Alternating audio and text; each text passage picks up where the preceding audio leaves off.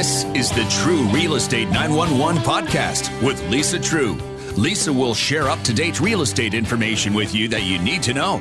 Welcome to True Real Estate 911. It is Brian Mudd along with your local real estate pro, Lisa True. And Lisa, we talk about it each and every holiday season, but it's so true. So many people just kind of, they wash their hands of real estate. They think, you know what, holidays, too much going on. I'm going to wait until January. But as you've told us so many times, that's not the best idea. Now, you continue to help folks right through the holiday season. Tell us about it.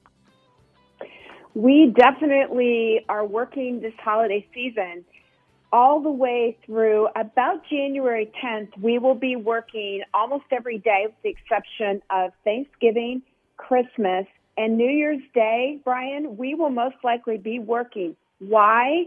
Because the buyers are here. They're coming. They are not taking a break.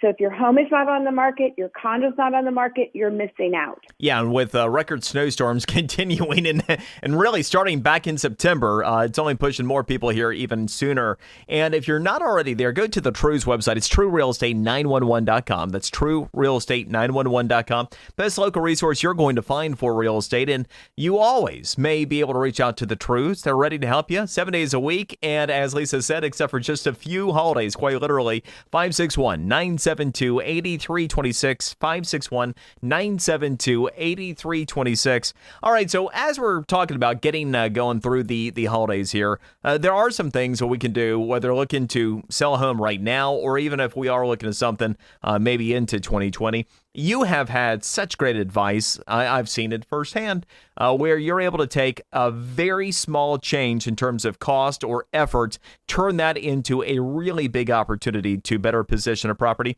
Tell us a little bit about some of the improvements that we can make for our homes that can really help us sell fast and for the most money. Brian, there is a formula to getting a property sold, and that is the right price, the appropriate condition for that price, and perfect marketing. When you get all three of those right, you get sold and sold for the most money. And the condition part is sometimes they're really easy, inexpensive fixes, and sometimes it may be a little bit larger of an investment, and yet it is a big portion of whether you sell or whether you sell for top dollar.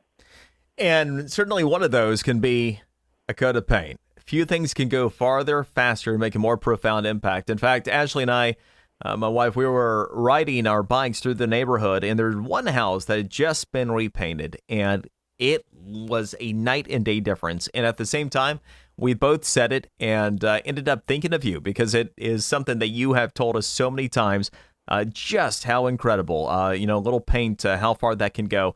Tell us about some of the opportunities that exist with something as simple as painting, be it inside or out.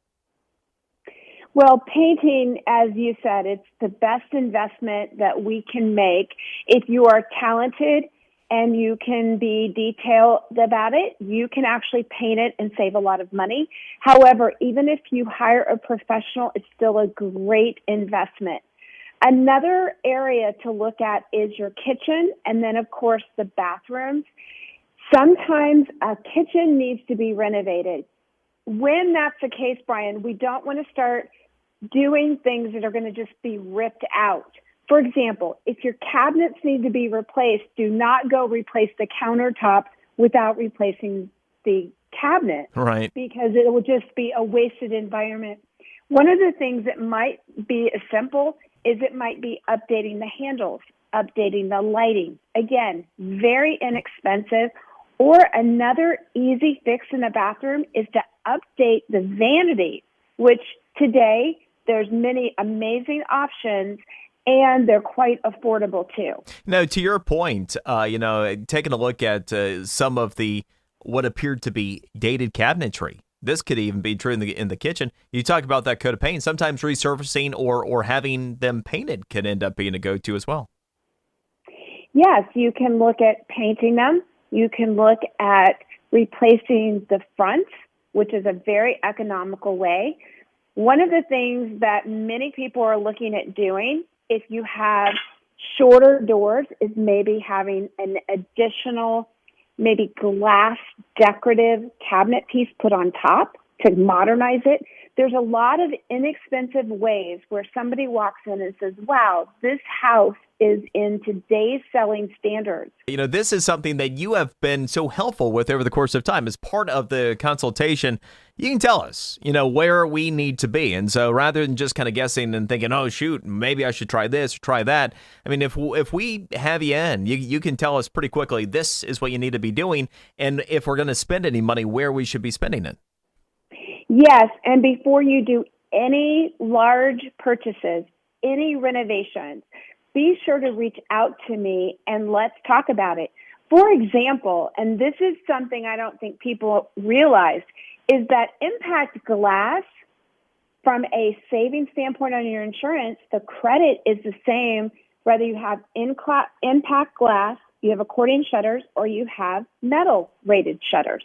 So before you start to spend a lot of money and you think you're going to get all of that money back, call me first, because in your neighborhood, yes, you might get it back, or you might be better to put accordions on, or maybe just keep your metal shutters. So let's talk before you spend thousands of dollars with the intention to get it back for resale, because I may have good news if you do it, and I may have not so great news. So let's factor that in before we actually start the process. It's a good point. I remember reading a study probably just over a year ago about home improvement projects for the purpose of ROI. And at the time, there were only two categories that on average provided a positive ROI. In other words, if you end up doing almost all projects, you really need to be doing it because you enjoy it, or maybe it literally is a necessary component to be able to sell the home. Is that a mistake that a lot of people make, thinking that, oh, whatever I put into my home, whatever the project happens to be, I necessarily am going to be able to sell it and get my money back out of it? Oh, it is a huge, huge mistake. And the other mistake I'm seeing right now, Brian, is they are not committing to going either. You have to either go all in, or you have to be very careful about what you spend. Buyers today will actually pay more money for something that is on point design-wise and move-in ready. However, many are kind of taking shortcuts. They will not pay for the upgrades unless you do it the right way. So picking the right countertops, the right kitchen, the right flooring, the right coloring, even if it's vacant, staging the home, all of that really creates an experience, emotion, which is what buying a home is. So you really do need to be careful when you're spending money. And here's something that I hear all the time.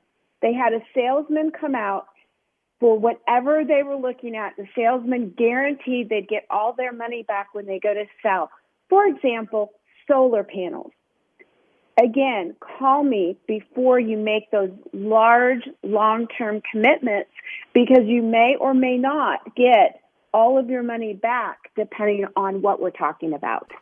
Yeah, that's a really good point. And you start talking about there being specific buyers. It's kind of like a pool. Some people might like the solar panels, but you might also have some people that are not part of that process. How many different types of projects actually can end up going that direction, to where you isolate the number of potential buyers that even are interested in looking at the home?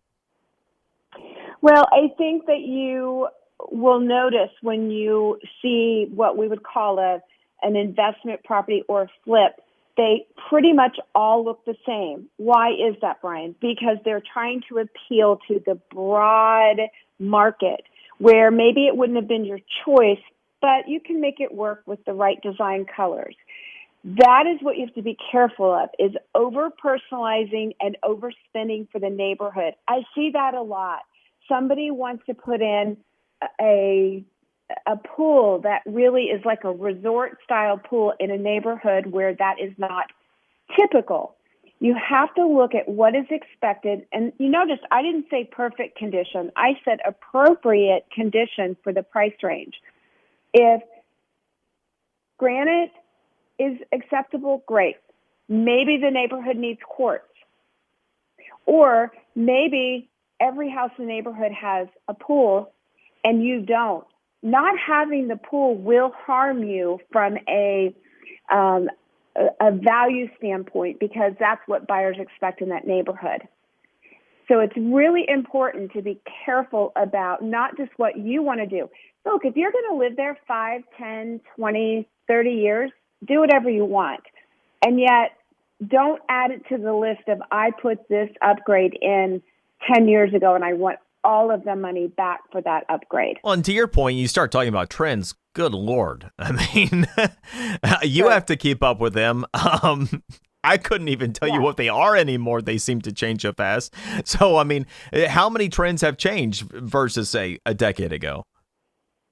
Well, there's no question about it. I mean, everybody wanted dark cabinets and everybody wanted white cabinets, and then they wanted two-tone cabinets, and no doubt the trends change. However, when you kind of go neutral, even when the trends change, the appeal is broader than if you go extremes. We renovated our bathroom. We were very careful about the glass. The choices in the shower are very broad versus what honestly I wanted, because I knew that at some point we're going to sell, and I want as many buyers to be able to see enjoying the master bath instead of something that I wanted for my own personal choice. So this is a great conversation. Bottom line is, if this is our forever home, do it. I mean, whatever it is that makes you happy, go for it and let it be. But if you are going to resell, and you know you're going to resell at some point, this is an opportunity where you'd be able to help guide us about some of these decisions that even many years out will still be viable for the purpose of being able to resell effectively. Yes, especially the big ticket items, things like flooring. Yes, it's expensive, but in a few years, you're probably going to change it anyway. But going and putting a pool in, putting solar panels in, doing anything with a long-term contract, what makes sense for storm protection, whole house generators, things like that, at least have the discussion so you're making a decision that's informed, educated, and you can feel good about making that investment into that larger project. Something else that we'll talk about from time to time, but it comes to mind in the context of this conversation even, HOAs.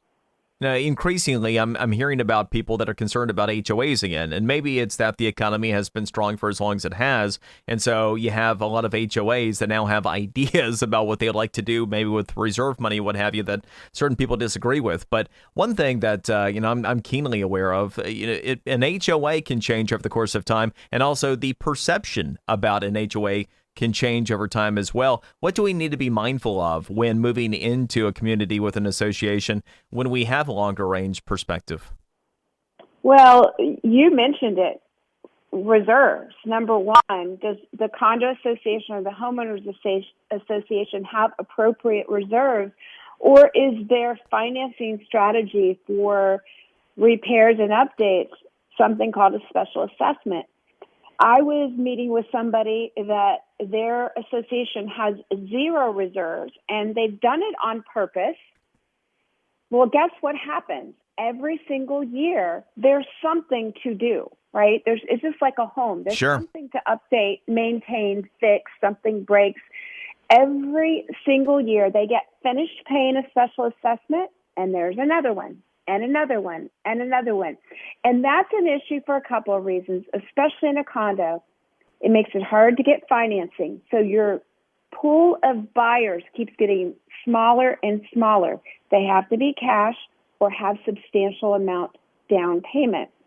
That's huge now, because now FHA is available to condos. First time really ever. And there's been a few that were qualified, but very few actually met the qualifications.